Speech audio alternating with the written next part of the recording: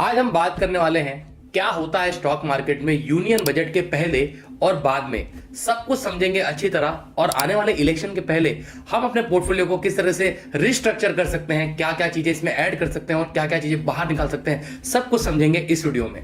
नमस्कार, मैं जीत सिंह स्वागत करता हूं आपके चैनल ठाकुर कैपिटल में। आज थोड़ी बात होगी पॉलिटिकल और इकोनॉमिकल।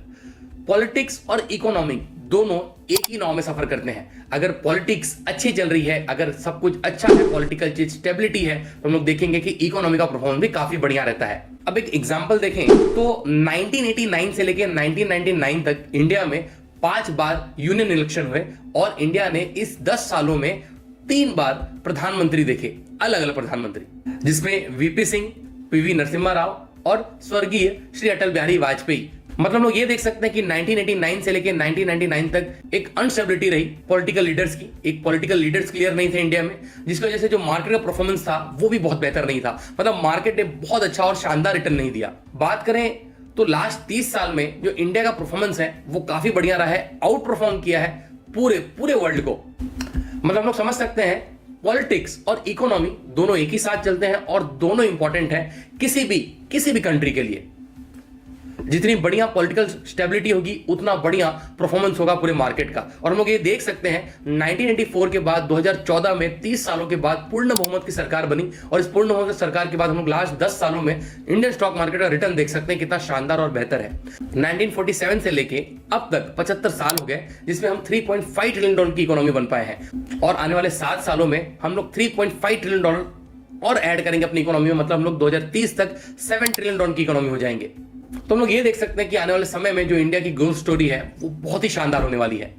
बात करते हैं कि नरसिम्हा राव जी के गवर्नमेंट ने एलपीजी रिफॉर्म्स लाए 1991 में। हम लोग ये कह सकते हैं कि जब एकदम रिक्वायरमेंट था, जब नीड था, जब जरूरत थी, हर चीज खत्म हो चुका था, तब हमने ये देखा कि बाहर के कंपनीज को भी हम लोग यहाँ पे अलाउ करें और लाइसेंस राज खत्म करें। अब ओवरऑल समझते हैं कि लास्ट 30 साल में इंडियन स्टॉक मार्केट ने 14 to 60% का रिटर्न दिया है। अगर हम लोग कंपाउंडिंग एवरेज ग्रोथ रेट की बात करें, जिसमें हम लोग डिविडेंड भी मिला ले, और हम लोग सीएजीआर की बात करें, कंपाउंडिंग एवरेज ग्रोथ रेट की, और हम लोग डिविडेंड इनकम भी मिला ले, तो हम लोग ये देखें तो 16 to 18% का रिटर्न दिया है लास्ट 30 साल में इंडियन स्टॉक मार्केट ने।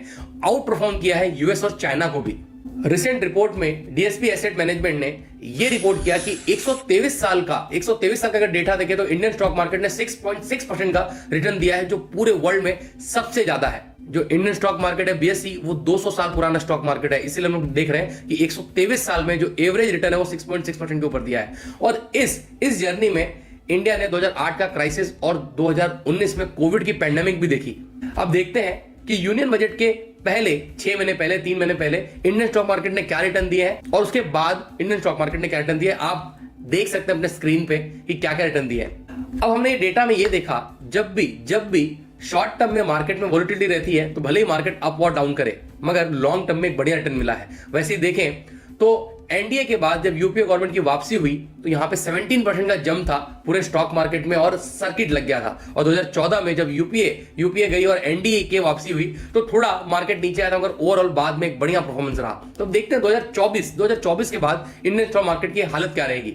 हम लोग ये देख सकते हैं जिस तरीके से 5 स्टेट में इलेक्शन है, छत्तीसगढ़, मध्य प्रदेश, राजस्थान, तेलंगाना और मिजोरम, और यहाँ पे जो मेजर स्टेट है जिस तरीके से बीजेपी गवर्नमेंट ने जीता है, एनडीए ने जीता है, ऐसा लगता है आने वाले सालों में मतलब 2024 में भी एनडीए की गवर्नमेंट वापस रिपीट होगी। इसके 75% चांसेस है। और अगर ये गवर्नमेंट रिपीट होती है तो कौन कौन से सेक्टर पे पहले से मोदी गवर्नमेंट ने फोकस किया है और जहां पे हम लोग देख सकते हैं कि और ग्रोथ आ सकता है, आगे समझते हैं। कोई भी गवर्नमेंट रहे, हमेशा उन्होंने फार्मर का ध्यान रखा है और फार्मर के लिए अलग अलग सब्सिडी लाई है। और जिस तरह से गवर्नमेंट यहाँ पे एक फोकस कर रही है कि किसानों के इनकम को डबल किया जाएगा, तो यहाँ पे जितने भी एग्रीकल्चर स्टॉक्स हैं उनको हम लोग देख सकते हैं। अगर गवर्नमेंट ने बहुत ज्यादा फोकस नहीं किया है, फोकस ऐसे टोटल 3 सेक्टर्स हैं जिसमें गवर्नमेंट तेजी से फोकस कर रही है।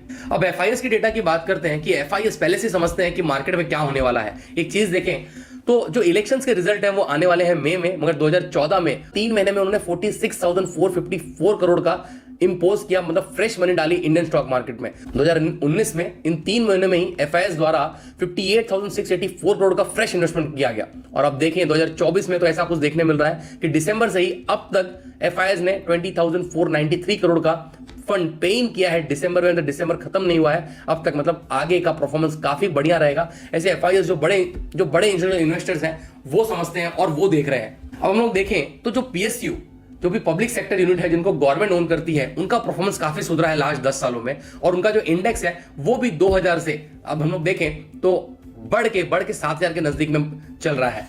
हम लोग बात कर रहे हैं पीएसयू बैंक्स की, और भी जो पीएसयू के सेक्टर्स हैं उनका परफॉर्मेंस भी काफी बढ़िया हुआ है। अब जो गवर्नमेंट जो फोकस कर रही है, जितने भी एनर्जीज कंपनीज है पीएसयू के, वो अच्छे परफॉर्म कर रहे हैं। जो इंफ्रा है वो बहुत शानदार परफॉर्म कर रहा है। जो डिफेंस के स्टॉक्स हैं वो अच्छा परफॉर्म कर रहे हैं। हम लोग देखेंगे कि गवर्नमेंट ने किस तरीके से इंफ्रा और डिफेंस पे बहुत ही ज्यादा फोकस किया है। अब डिफेंस की बात करें तो जहां पे गवर्नमेंट ने तगड़ा फोकस किया है, आज हम लोग डिफेंस का बजट कहें तो ये है 5.94 लाख करोड़, और ये 13% से जंप आई है इस इन्वेस्टमेंट में। मतलब गवर्नमेंट ने डिफेंस में अपना जो बजट है वो 13% से बढ़ाया हुआ है।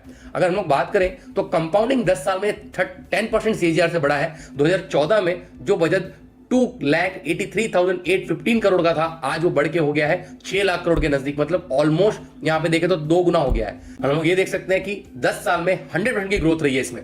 उसी के साथ हम लोग देखें तो जो इंफ्रा है, इंफ्रा ने गवर्नमेंट ने तगड़ा फोकस किया है, 10 लाख करोड़ का बजट पेश किया है, तेजी से काम कर रहे हैं। और उसके पहले हम लोग देखें तो 2014 तक ये बजट था 2 लाख करोड़ का। मतलब 5 टाइम्स ज्यादा गवर्नमेंट एक्सपेंड कर रही है इंफ्रा पे। वही हम लोग देख रहे हैं कि रोड, डैम, पोर्ट, हर चीज, एयरपोर्ट, सब कुछ बनते जा रहे हैं और गवर्नमेंट का पूरा फोकस है। तो जितने भी पीएसयू बैंक्स हैं, पीएसयू सेक्टर्स हैं, और पीएसयू का भी हम लोग देखें तो 59 ऐसी कंपनी है जिन्होंने उनका प्रॉफिटेबल हुई है लास्ट 10 सालों में, और जो पीएसयू का परफॉर्मेंस है वो भी आपको बढ़ता हुआ दिख रहा है। तो हम लोग ये देख सकते हैं कि गवर्नमेंट ज्यादा करके जो फोकस कर रही है वो पीएसयू ऑटोमेटिक अच्छे हो रहे हैं। इंफ्रा के जो शेयर्स हैं वो काफी अच्छा परफॉर्म कर रहे हैं। इंफ्रा में कौन कौन से शेयर्स हैं जो इंफ्रा इंडेक्स फंड में आपको अपने स्क्रीन पे दिख जाएंगे। उसके बाद देखें तो जो डिफेंस के स्टॉक्स हैं उनका परफॉर्मेंस भी काफी शानदार रहा है लास्ट 10 सालों में, उन्होंने शानदार रिटर्न दिए। उनके भी स्टॉक्स आपको अपने स्क्रीन पे दिख जाएंगे। कि अब कंक्लूजन की बात करें तो क्या कंक्लूजन रहा इस वीडियो का, और मैं क्या करना हूं अपने पोर्टफोलियो में। अब बात करूं मोदी गवर्नमेंट की, तो मोदी गवर्नमेंट ने लास्ट 10 सालों में फोकस किया है इंफ्रा पे और डिफेंस पे और मेक इन इंडिया पे। अब मेक इन इंडिया में ज्यादा करके चीजें अब इंडिया में बन रही हैं। उसके बाद देखें तो जो डिफेंस सेक्टर पे काफी फोकस की है गवर्नमेंट ने। यहां पे देखें 2014 में जो बजट 2,83,000 करोड़ के नजदीक में था, आज वो 6 लाख करोड़ से भी ज्यादा है। मतलब ऑलमोस्ट डबल हो चुका है 10 साल में। और हम लोग देखें वहीं इंफ्रा का जो बजट 2 लाख करोड़ था, आज वो 10 लाख करोड़ के नजदीक में हो चुका है। तो गवर्नमेंट बहुत अच्छी तरह से फोकस कर रही है इंफ्रा पे और डिफेंस पे।